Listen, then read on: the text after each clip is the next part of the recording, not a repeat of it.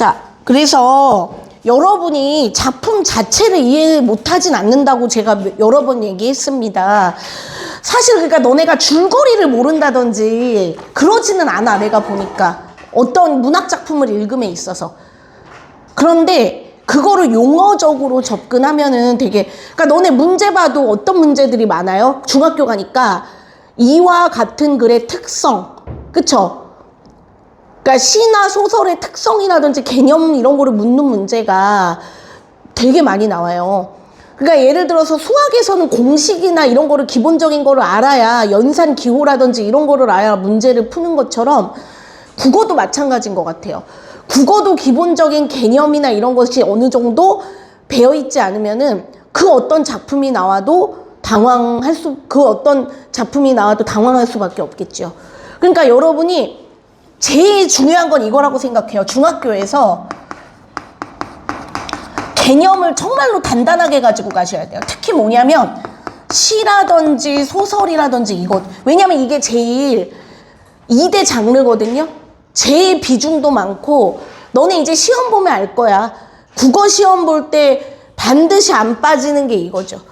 비중이. 그 다음에 이제 문법 들어가는 거예요. 그래서 여러분이 요거를 버리면은 국어 점수 못 받아요. 그래서 내가 볼 때 여러분이 요 2개만은 지연쌤이랑 공부했다라고 하면은 저거만은 진짜 똑소리 나게 어디 가서 설명할 수 있고 알 수 있으면 저는 그게 만족해요. 그러니까 뭐냐면 니네가 시가 뭔지 모르고 소설이 뭔지 모르진 않아요. 알기들은 알아. 근데 설명해보라면 못해요. 그쵸? 정확하게 뭔지 설명해보라든지 얘기해보라면 애들이 주저해요. 그게 왜 그러겠어요? 명확하게 아직 안 잡혀 그런 거죠. 그러면 시에 대해서, 시라는 거는 여러 번 얘기하지만 이겁니다. 시라는 거는 운율이 있는 언어예요.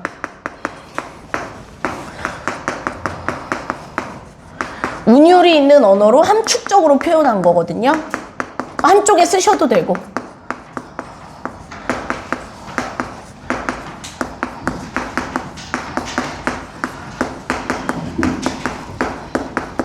그래서 키워드가 너네 그렇잖아요.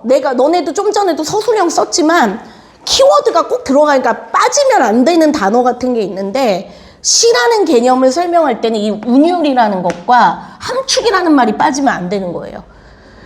그리고 시는 곧 노래라고 생각하시면 돼요. 노래. 시는 노래다.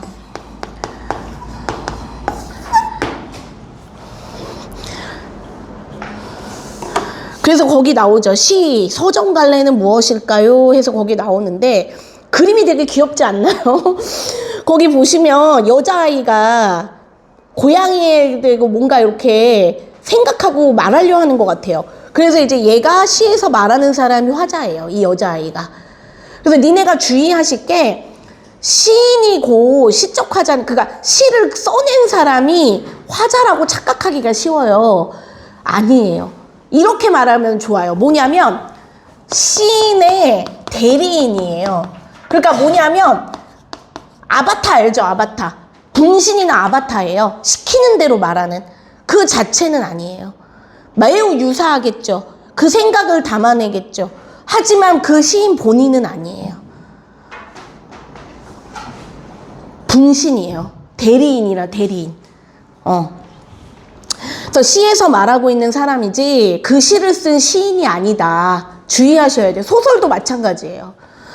그 다음에 정서 태도 보니까 고양이 보고 매우 좋아하고 사랑하고 있는 것 같아요. 지금 그쵸?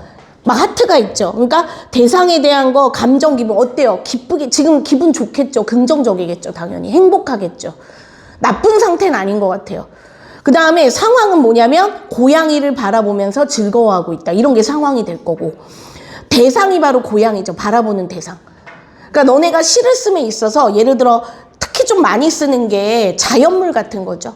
그래서 예를 들어 아름다운 산이라든지 강이라든지 경치라든지 이런 거를 보고 시를 남기거나 그 다음에 내가 예를 들어 국립중앙박물관 같은 데 갔는데 문화재 같은 게 되게 아름다운 거예요. 그래서 그거를 고려 청자라든지 이런 거를 보고 그 대상을 보고 시를 쓴다든지 그럴 수도 있습니다.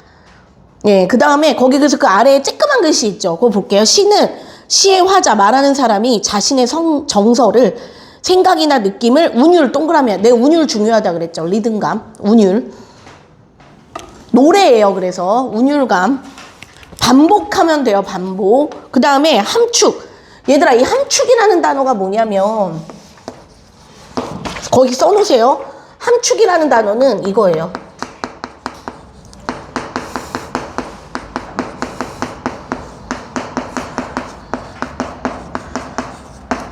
우리가 흔히 우리는 단어를 여러 가지 의미로 쓰는데 대부분 국어사전에 나온 단어 있죠. 그거 위주로 써요. 그런데 왜 시가 어렵냐면요. 제가 볼 때 시는 물론 길이는 짧아요. 하지만 그 안에 숨어져 있고 담겨져 있는 의미가 많기 때문에 그거를 찾기까지가 되게 힘든 거예요. 자, 이거 한번 볼게요. 자, 뭐라고 쓴 게 있냐면 제가 실제로 시구절 하나 여기다 써볼게요. 뭐냐면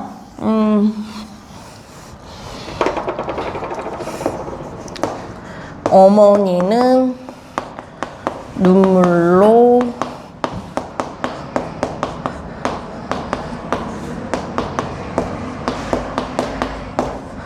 자, 어머니는 눈물로 진주를 만드신다 이런 거예요. 물어볼게요. 야, 너네 사전에서 진주라는 거를 찾으면 펄이죠, 펄. 영어로 그 보석. 조개에서 왜 알죠? 그 천연 진주는 엄청 비쌀 텐데.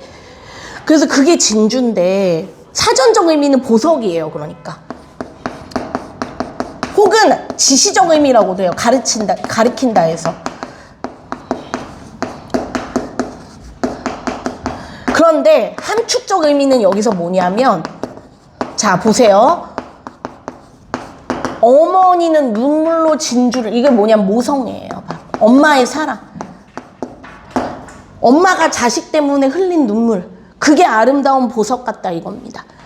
그러니까 그냥 보석의 의미로만이 아니라 엄마의 사랑이라는 의미가 그 안에 들어가. 그래서 시가 어렵다니까요. 이런 거를 일일이 찾고 그렇게 해석하는 과정이 결코 만만치가 않아요, 여러분. 네. 사실 시인의 머릿속에 들어가 보지 않으면 모르는 거죠. 예. 그래, 거기 오름쌤 팁도 한번 읽어보면 화자는 사람이 아닐 수도 있어요, 여러분. 뒤에 이제 예로 나오는 게 그렇거든요, 뒷장에. 그래서 이제 사람이 아닐 수도 있고 보통 제목을 보면은 중심 대상이 나온다. 자, 넘겨볼게요, 뒤에.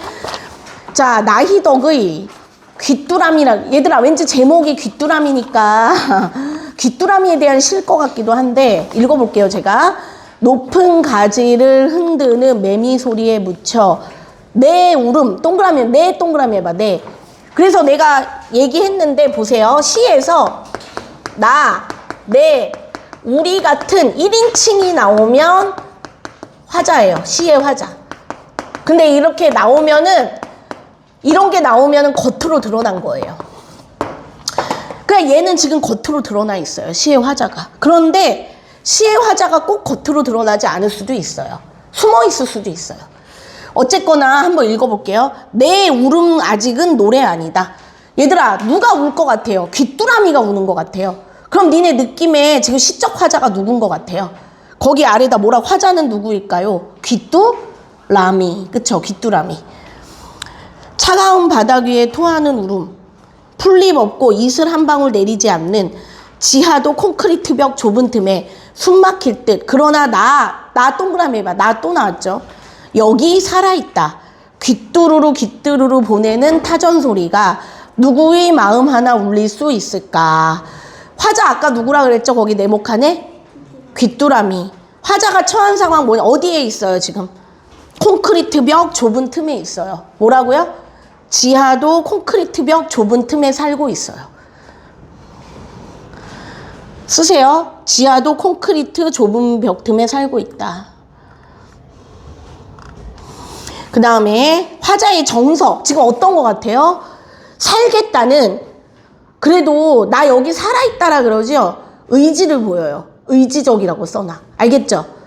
비록 지금 차가운 콘크리트긴 하지만 살겠다는 의지를 보여주기 때문에 의지적이 보여준다. 의지가 뭔지 알죠? 뭔가 해내고 이겨내려는 거.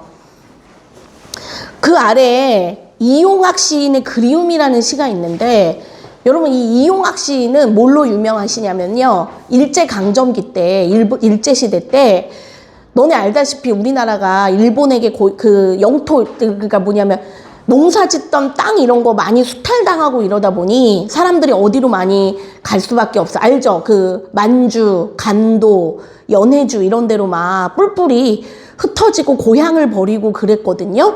그런 문학작품이 되게 많아요. 이 그리움도 그런 거예요. 뭐가 그리울 것 같아요? 두고 온 고향이 그리운 거예요. 그럼 한번 읽어볼게요. 연달린 산과 산 사이 너를 남기고 온, 이 너가 누굴 나가 아니네요. 여기서 너인데 이 너가 누굴 것 같냐면 그리운 대상이에요. 사랑하는, 그러니까 가족일 수도 있고 뭐 연인일 수도 있고 사랑하는 사람인 거거든요. 작은 마을에도 복된 눈 내리는가, 잉크병 얼어드는 이러한 밤에. 잉크병을 보면 또 이 사람 뭐로 알 수 있냐면 아마 직업이 뭔가 글 쓰는 사람일 거라는 거. 그러니까 딱히 이게 꼬집을 수 있는 거는 아니지만 그래도 아마 작가라든지 기자라든지 이런 식으로 뭔가 좀 글 쓰는 것과 관련된 사람이라는 걸 알 수 있어요. 잉크병 얼어드는 이러한 밤에 어쩌자고 잠을 깨어 그리운 곳 차마 그리운 곳, 눈 오는가 북쪽엔 한방눈 쏟아져 내리는가. 자, 그럼 화자가 나왔어 안 나왔어? 민우야, 나네 우리 나왔어 안 나왔어? 너가 나왔죠. 이거 뭐냐면, 그럼 화자는 어떤 사람이냐면 지금 너를 그리워하고 있는 사람이에요. 뭐라고요? 너를 그리워하는 사람. 거기다 쓰세요. 화자가 누구라고요? 너를 그리워하는 사람. 그리고 너를 남기고 왔다 그랬잖아요. 그러니까 고향에 너를 두고 온 거예요. 그리고 그 고향이 어디라고 여겨지냐면 북쪽이라고 여겨져요. 그다음에 화자가 처한 상황 뭐라고요? 북쪽과 두고 온 사람을 그리워하고 있다. 고향과 두고 온 사람을 그리워하고 있다. 두고 온 사람을 그리워하고 있다. 그 두고 온 사람이 너예요, 너. 그 다음에 화자의 정서가 뭐라고요? 이건 딱 제목에도 나오지. 뭐예요? miss, I miss you. 그러죠. 그리움. 영어로 I miss you. 안 되는 영어에서 미안해요. 자, 그 다음에 5페이지 한번 볼까요? 오늘 이 5페이지까지 하려고 그래. 내용은. 알겠죠? 그리고 시 설명하면서 조금씩 이 개념 할 거예요. 그 다음에 거기 유명한 시가 하나 있어요, 여러분. 가난한 사랑 노래라고 하는데, 저도 개인적으로 이 시 되게 좋아하고, 이 시가 좀 쓰여지게 된 사연이 감동적이야. 뭐냐면, 이때가 언제냐면 우리나라가 군사 독재가 되게 심하고 어려운 시절이었어요.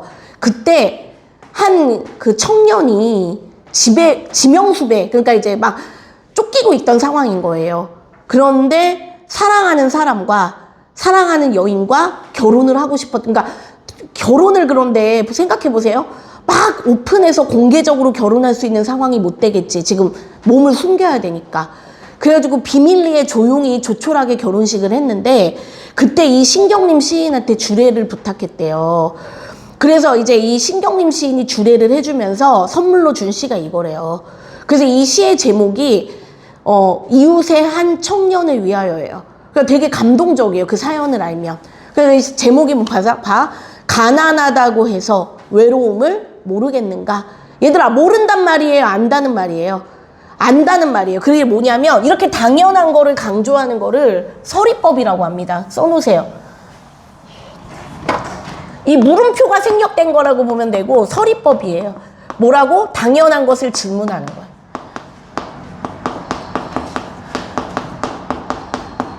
얘들아, 돈 없다고 사랑 못해요? 그건 아니거든요. 가난하다고 사랑을 모르겠느냐? 안다, 이겁니다. 너와 헤어져 돌아오는 눈 쌓인 골목길에 새파랗게 달빛이 쏟아지는데, 그 다음에 이제 외로움도 있고 가난하다고 해서 뭐 두려움을 모르겠느냐, 가난하다고 해서 그리움을 모르겠느냐, 이렇게 해서 몇 개가 나와요. 자, 그래서 이 화자는 누구냐면 지금 가난하다고 해서라고 했으니까 상황이 어떤 사람일까요? 가난한 사람이에요. 그쵸? 부자는 아니에요. 가난한 사람이고 화자가 처한 상황은 너와 헤어지고 눈 쌓인 골목길을 걷고 있지요. 맞아요. 오. 그 다음에 화자의 정서는 외로움이죠. 거기 아래다. 외로움을 몰라요? 안다 그랬죠. 오고 위에는 오고 그 아래에 외로움 쓰면 될 것 같아요. 빈칸 놔두지 말고 채우세요. 그러니까 뭐냐면 비록 내가 지금 힘든 상황이고 가난하고 해도 인간이 느끼는 감정은 다 느낀다 이 말이에요. 대표적인 게 바로 외로움 같은 거죠. 자, 그 다음에 그 아래에 시가 좀 긴데 박목월의 나무라는 시가 또 나와 있는데 유성에서 조치원으로 가는 어느 들판에 우두커니 서 있는 네모해 보세요. 한 그루 늙은 나무. 수도승일까? 묵중하게 서 있었다. 다음날 조치원에서 공주로 가는 어느 가난한 마을 어구에 그들은 떼에 몰려 있었다. 멍청하게 몰려있는 그들은 어설픈 과객일까? 몹시 추워 보였다. 공주에서 온양으로 우회하는 뒷길 어느 산마루에 그들은 멀리 서 있었다. 하늘문 지키는 파수병일까? 외로워 보였다. 온양에 서울로 돌아오자 놀랍게도 그들은 이미 내 동그라미 해보세요. 이게 화자죠. 내 안에 뿌리 펴고 있었다. 묵중한 그들의 침울한 그들의 고독한 모습 그 후로 동그라미 나는 뽑아낼 수 없는 몇 그루의 나무를 기르게 되었다. 그러니까 뭐냐면 이 내용이 뭐냐면 여행 과정에서 많은 나무들을 만났고 그 나무들의 모습을 통해서 자기도 뭔가 깨달음을 얻었다는 거예요. 자, 그럼 거기 보세요. 화자가 누구예요? 어디를 갔다고요? 여행 갔어요. 여행. 자, 화자는 조치원에서 공주로 가는 중에 떼지어 있는 나무 봤죠? 이건 맞아요. 그리고 유성에서 조치원으로 가는 수도승을 본 게 아니라 수도승 같은 나무를 본 거지요.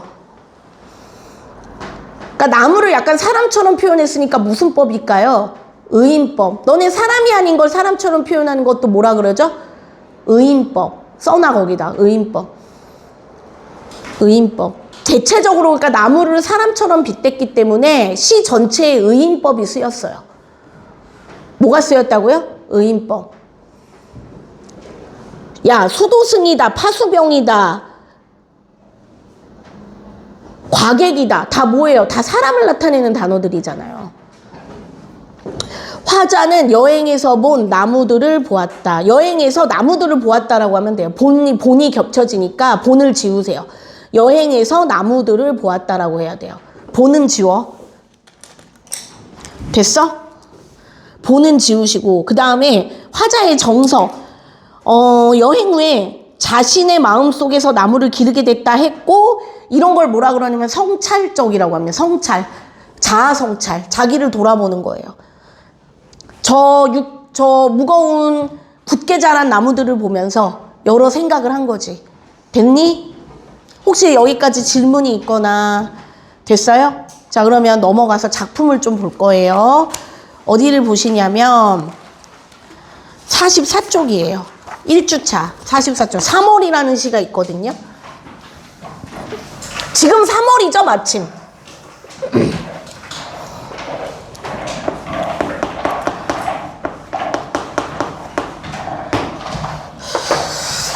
얘들아 3월이 초봄이면서 좀 어떠냐면 날씨도 보면 알지만 진짜 일교차도 좀 크고 추웠다가 아직 그러니까 겨울에 기운이 다 조금은 남아있는 듯한 그런 것도 있어요. 봄이 오기는 왔는데.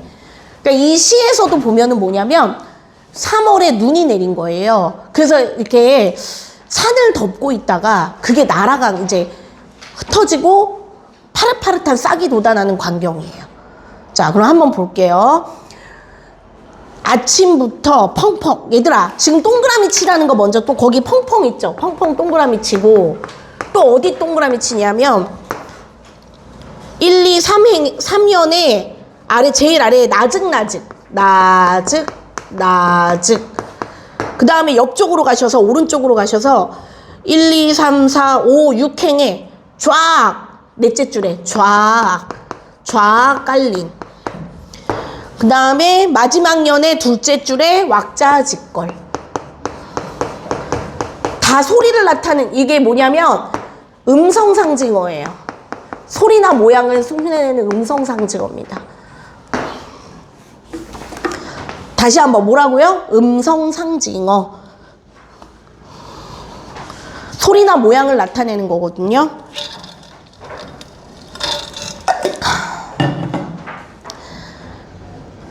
그래서 너네 시에서 이렇게 음성상징어를 쓰면요, 리듬감도 주고 좀 생동감을 줘요.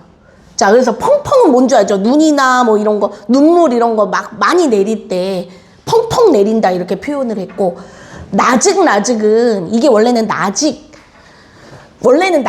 나직인데, 너네 이런 거 할머니의 목소리가 나직하게 들린다. 이게 뭐냐면 좀 낮게 들린다는 얘기예요. 높이가. 뭐라고요? 낮게 들린다. 그러니까 약간 이렇게 막 높거나 들뜨거나 이런 소리가 아니라 약간 무겁게 가라앉는 느낌을 주는 소리. 그거를 나직 이렇게 표현하는 거고, 쫙은 알겠죠? 쫙 펼쳐지듯 들릴. 왁자지껄은 알죠? 아이들이나 막 많은 사람들이 웅성웅성대고 시끄럽게 떠들면 왁자지껄 하다고 얘기를 하고요. 그러니까 다 모양이나 소리를 나타내서 그거를 음성상징어라고 하는 거. 됐죠? 자, 아침부터 펑펑 봄눈이 내리더니, 얘들아, 그다음 아침, 점심이죠. 동그라미 해봐, 점심. 이게 이 시가 시간의 경과에 따라 나와요. 써놔, 시간의 경과. 시간이 흘러요. 아침에서 점심으로. 점심 무렵에는 산과 들이 눈부시게 하얀 이불을 덮고 잠이 들었다. 얘들아, 하얀 이불, 눈 쌓인 산을 이불이라고 하니까 보세요. 산에 쌓인 눈을, 산에 쌓인 봄눈을 이불이라고 그러죠. 하얀 이불. 그럼 이거 무슨 법이겠어요? 두 개 똑같다고. A는 B다. 이런 거 뭐라 그러냐면 은, 유, 법. 그 다음에 잠들었다 그러죠. 이불 덮고. 의인법이에요. 사람이 아닌 것을 사람처럼. 다시 한번 정리하겠습니다. 지금 산에 쌓인 눈을 하얀 이불이라고, 하얀 이불을 덮었다 그러잖아요, 산이. 그러니까 두 개를 똑같다고 보는 게 뭐예요? 내 마음은 호수요, 이런 식으로 두 개의 대상을 똑같다고 하는 거 뭐라 그래? 은유라 그랬고, 그 다음에 애기가 이불 덮는 것처럼, 사람이 이불 덮는 것처럼 이불 덮고 잠들었다 그랬으니까 의인법도 돼요. 되셨죠? 예, 요렇게. 그 다음에 아랫줄 볼게요. 골짝을 타고 내리는 물소리만 나직. 얘들아, 원래는 이게 나직이거든요. 아까도 말했듯이. 이런 거를 뭐라 그러냐면 거기다 쓰세요. 이렇게 시에서만 허락하는 것을 시적 허용이라 그래요. 그러니까 뭐냐면 문법이 틀리거나 표준어가 아니어도 인정해 주는 거예요.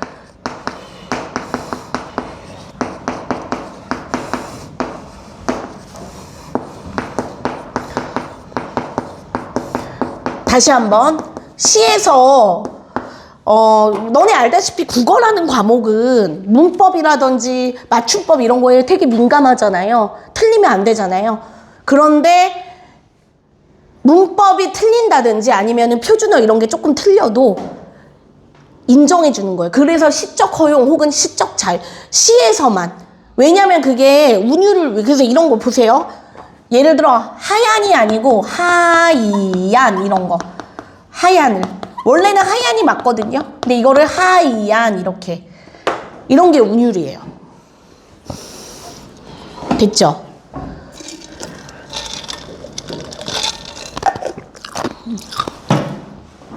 그 다음에 자장가처럼 동그라미 해봐. 뭐뭐처럼 뭐뭐같이 뭐예요?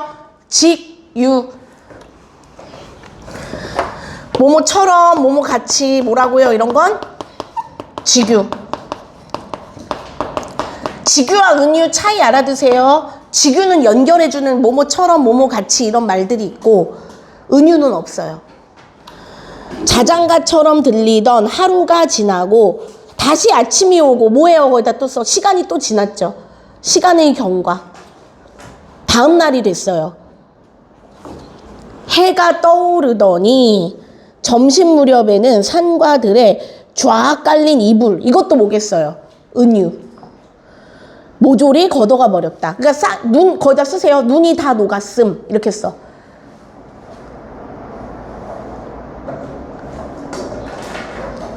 그 유견 옆에다가 눈이 다 녹았음. 네.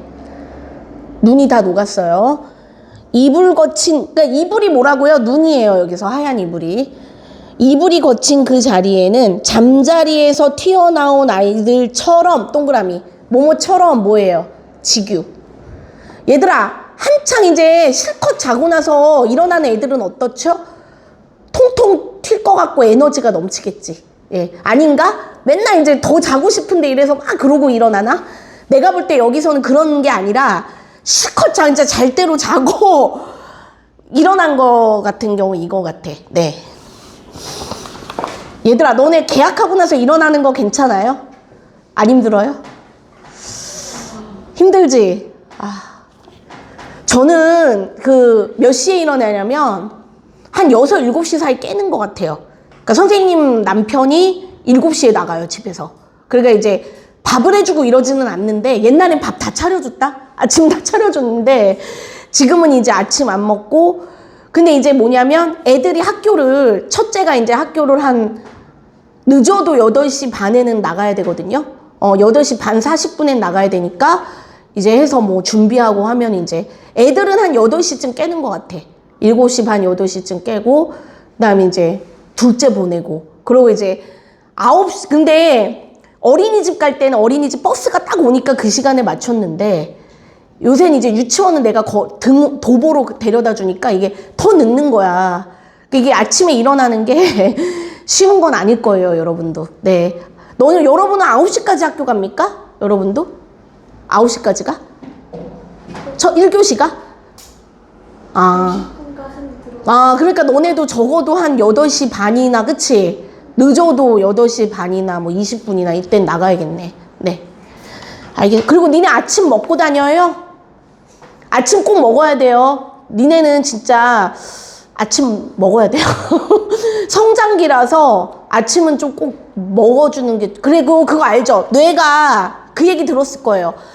탄수화물이 좀 들어가야지 뇌가 잘 돈대요. 그러니까 안 넘어가도 깔깔해도 조금이라도 밥은 좀 아침 챙겨 먹는 거. 그래서 저도 맨날 돌아가요. 뭐냐면 주먹밥. 뻔한 게 이제 주먹밥.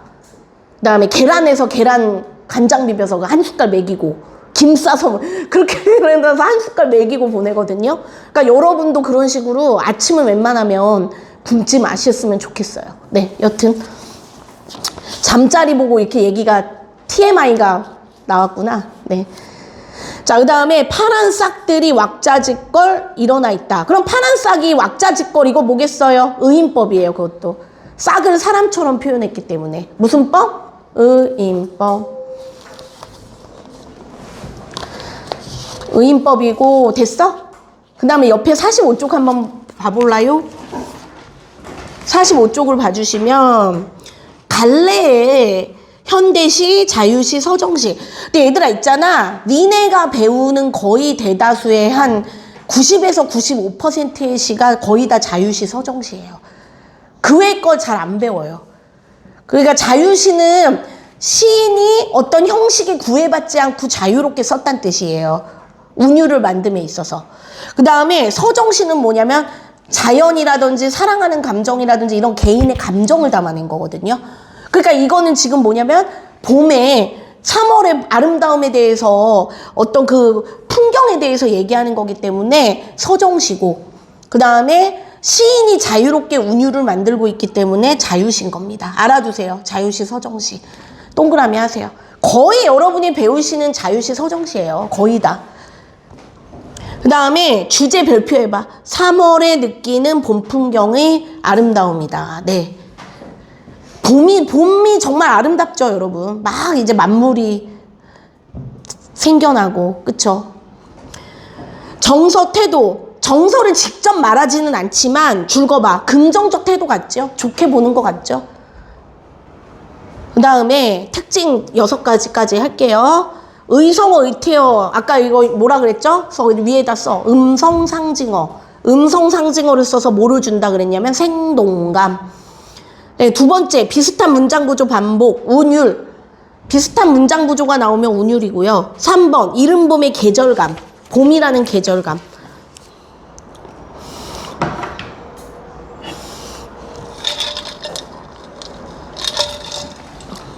됐죠? 자, 그 다음에 시각적, 청각적 심상. 그 다음에 뭐의 흐름이라 그랬죠? 5번 별표해봐. 시간의 흐름이에요, 여러분. 시간. 아침에서 이제 다음 날까지 다양한 비유 쓰였다.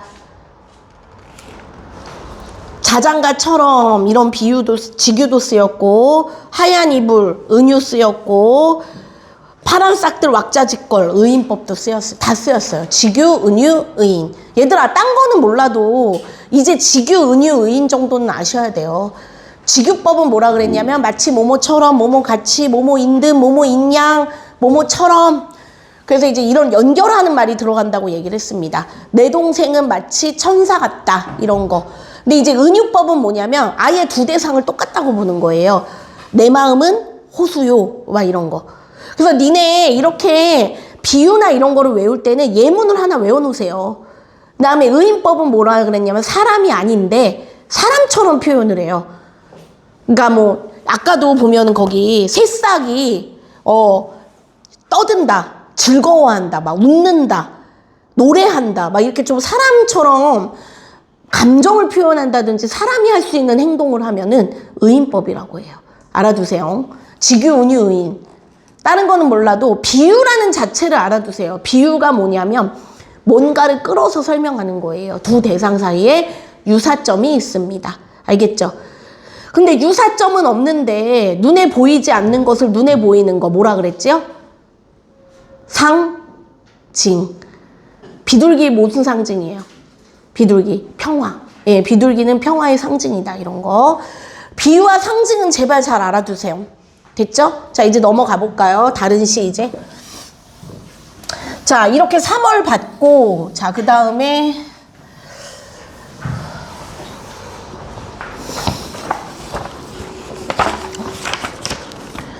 하늘의 별 따기. 네, 48페이지.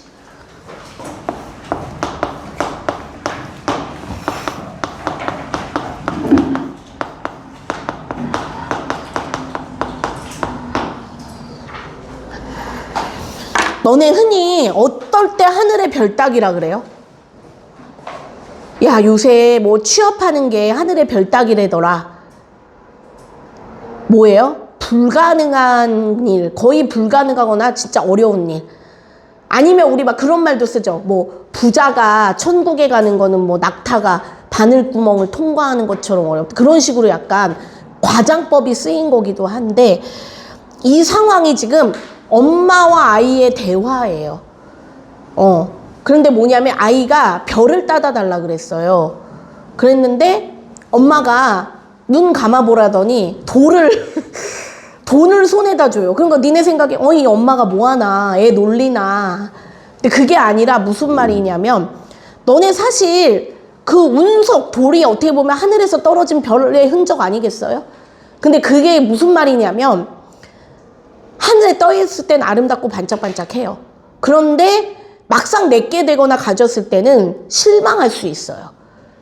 그래서 내가 아까도 어떤 예를 들었냐면, 너네가 너무나 좋아하던 최애 스타나 연예인이 있던 거예요. 뭐 누구 아이돌. 환상에 젖어 있었어요. 그런 사람이야말로 진짜 만지기 힘든 별 같은 그래서 우리가 흔히 스타라 그러잖아요. 그래서 인기 스타 만났다. 근데 만나보니 알고 보니까 뭐 성격도 별로고 막 되게 지저분하고 막 코 파고 더러운 거야. 막 너네 연예인에 대한 실망할 때 그 사람도 사람인데, 나처럼 밥 먹고 화장실 가고 할 거 다 하고 사람인데 환상을 가지게 되거든요. 그래서 이제 내가 좋아하는 존재에 대해서 막상 만났거나 손에 넣거나 했을 때 실망하는 경우가 있지요. 그래서 뭐냐면 그래서 그 어떤 가치는 꼭 손에 쥐어야지만 있는 게 아니라는 말이에요. 뭐라고요? 손에 쥐어야지만, 내게 돼야지만 가치가 있는 게 아니라는 말이죠. 자, 그럼 시 한번 읽어볼게요. 엄마, 저 별 좀 따주세요. 자, 거기다 쓰세요. 별이 여기서 의미하는 게 아름답게 빛나는 동경의 대상이에요. 아름답게 빛나는 동경의 대상을 별이라고 합니다. 너네 예전에 별밤에 이럴 때는 별이 또 뭐로 해석될 수도 있었냐면 길잡이, 내 앞에 방향을, 그러니까 내가 말했잖아요. 이렇게 같은 단어라도 쓰이기에 따라 되게 다양하게 쓰인다고요. 시에서는. 저기 저 별 말이지, 두 개 묶어봐. 자, 엄마하고 불렀는데 거기다 쓰세요. 대화 형식이에요. 대화 형식. 대화로 주고받아요. 저기 저 별 말이지, 초승달 가장 가까이 반짝이는 별. 물론 따줄 순 있어. 나무 열매 따듯 또 별 따줄 순 있어.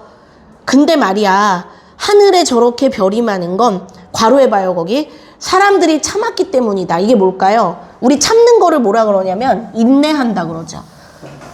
거기다 써봐. 인내. 인내.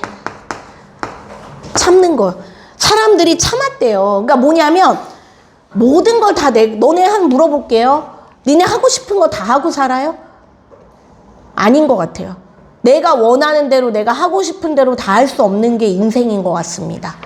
예, 그 다음에 따고 싶어도 모두들 꾹 참았기 때문이야. 그랬더니 그래도 하나만 따주세요. 조르죠 또. 그랬더니 지금부터 눈 꼭 감고 열세렴. 엄마는 방법 다 있거든. 그랬더니 봐. 하나, 둘, 셋, 넷, 다섯, 여섯, 일곱, 여덟, 아홉, 열. 그냥 이제 눈 떠봐. 자, 별. 뭐네, 엄마, 에이, 이건 돌이잖아요. 돌 동그라미 해봐, 돌. 자, 돌이 뭐냐면, 쓰세요. 본래의 아름다움을 잃어버린 모습이에요.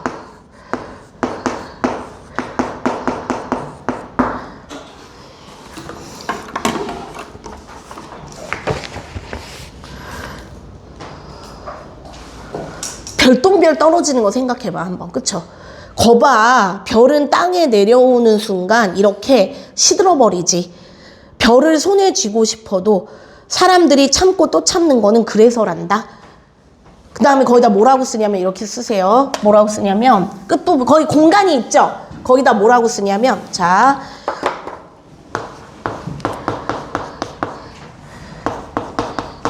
이 시에서 말하고자 하는 주제가 뭐냐면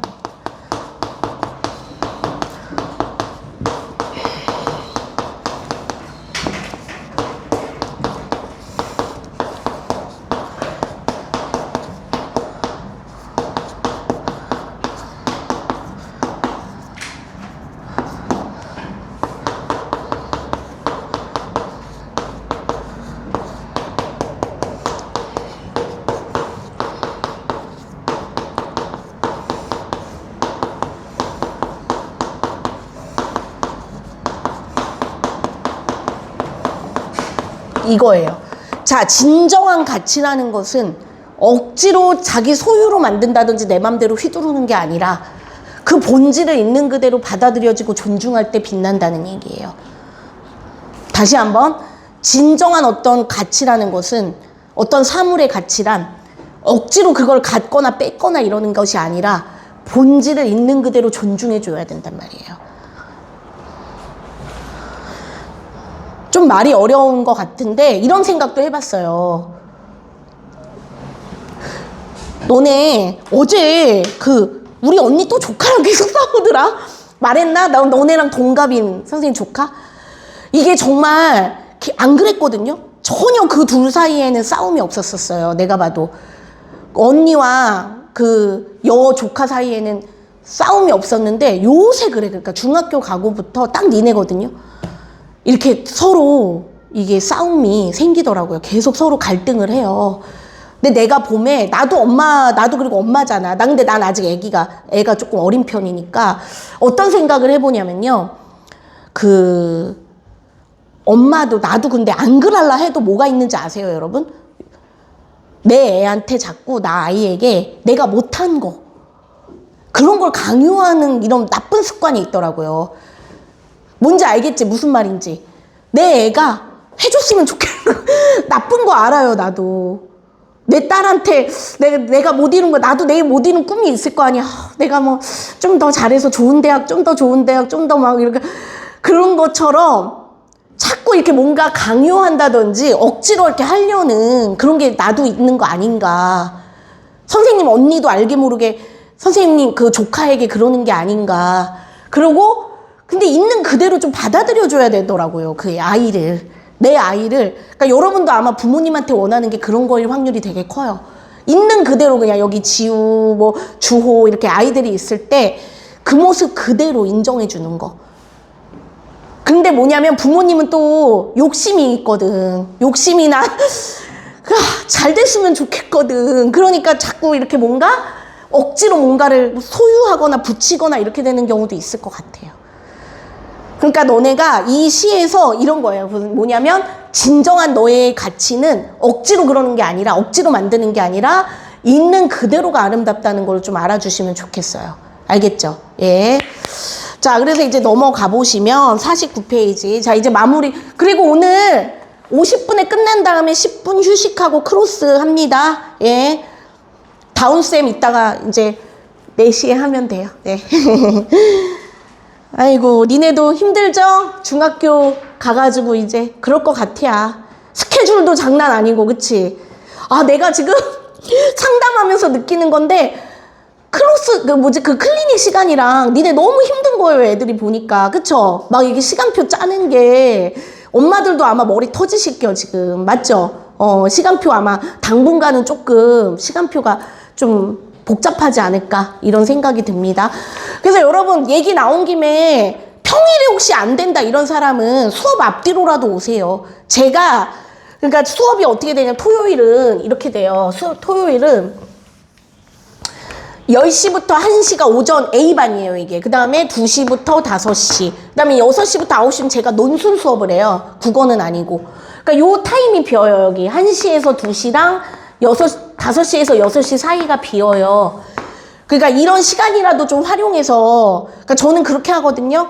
이때 끝난 애들 남아서라도 이제 좀 같이 문제 풀고 고치고 이러고 가고, 여러분도 좀 나 평일에 너무 힘들다. 그런 분들은 이렇게라도 좀 활용을 해주면, 너무 뒤에 빡빡하다 이러면 뭐 어쩔 수 없겠지만 웬만하면, 그리고 평일에 와주는 게, 그러니까 클리닉은 습관이에요, 여러분. 제가 보니까 습관이고, 그리고 확실히 클리닉을 잘해서 여기 오답 노트랑 다 있잖아요, 여러분.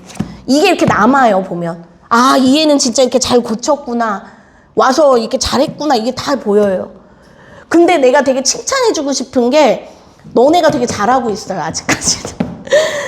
진짜로 아직까지는 너무 잘하고 있으니까 이대로 해서 좀 잘 갔으면 좋겠는 거예요. 예. 자, 그래서 또 TMI 했고, 자, 볼게요. 거기 49쪽에 갈래는, 얘도 똑같죠? 자유시 서정시고, 주제 별표해 보세요. 귀하고 아름답게 보이는 대상도 그것을 억지로 뭔가 하려는 순간에 훼손되거나 가치를 잃을 수 있다. 얘들아, 거기 줄 거 봐. 귀하고 아름답게 보이는 대상이 바로 뭔 거예요? 별. 훼손되거나 가치 잃은 게 뭐예요? 돌. 써놔. 다시 한번. 귀하고 아름답게 보이는 게 뭐라고요? 별. 훼손되거나 그 가치를 잃은 게 뭐라고요? 돌. 다음에 특징 볼게요. 비슷한 구조를 반복해서 운율을 만들어주고요. 별과 돌을 서로 다른 거 대조합니다. 그 다음에 엄마와 아이가 대화 나누는 형식이에요. 별표. 자, 그래서 얘들아, 별은 멀리 있죠. 그 아래 이거 있죠, 여기 아래. 이거 별표해봐. 별이랑 돌이랑 그려져 있는 거. 네모칸. 하유라, 아니야, 채유라, 미안해. 별이 뭐 있대요? 읽어줘봐. 별. 3가지. 멀리 있음 아름답게 빛난 사람들이 분명한. 그 다음에 승호야, 돌은? 예, 요 2가지가 서로 뭐를 이룬다고요? 대조를 이룬다. 됐죠? 예. 자, 그러면 숙제를 뭐냐면, 얘들아, 여기 문제 있죠? 문제. 문제 풀어오시는 게 숙제예요. 얼마 안 되지, 문제. 51쪽까지인 것 같아요. 그쵸?